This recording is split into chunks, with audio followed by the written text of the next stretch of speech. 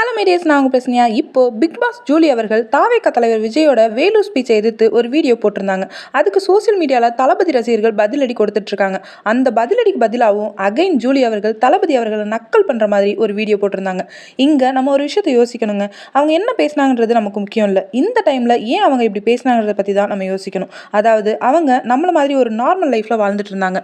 திடீர்னு ஜல்லிக்கட்டு போராட்டம் நடந்தப்ப அதில் பல பேர் கலந்துக்கிட்டாலும் நானும் அதே ஜல்லிக்கட்டு போராட்டத்தில் கலந்துக்கிட்டேன். அது ஒரு தனி உணர்ச்சி இருந்தாலும் அதில் அவங்களோட குரல் ஃபேஸ் சோசியல் மீடியாவில் அதிகமாக பகிரப்பட்டுச்சு. அது மட்டும் இல்லாமல் அதுக்கப்புறம் அவங்களுக்கு பல கொலை மிரட்டல் வரதா சொல்லி ஒரு வீடியோ போட்டிருந்தாங்க.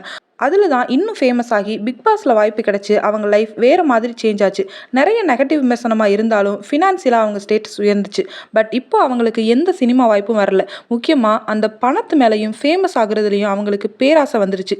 இப்போது அதுக்கு ஒரே வழி தமிழ்நாட்டோட ஒரே சென்சேஷனல் ஸ்டார் விஜய் அவர்கள் தான். அவரை பற்றி பேசினா மட்டும்தான் அவங்களால திரும்பவும் ஃபேமஸ் ஆக முடியும். அதனால் இந்த எச்ச வேலையை ஆரம்பிச்சிட்டாங்க.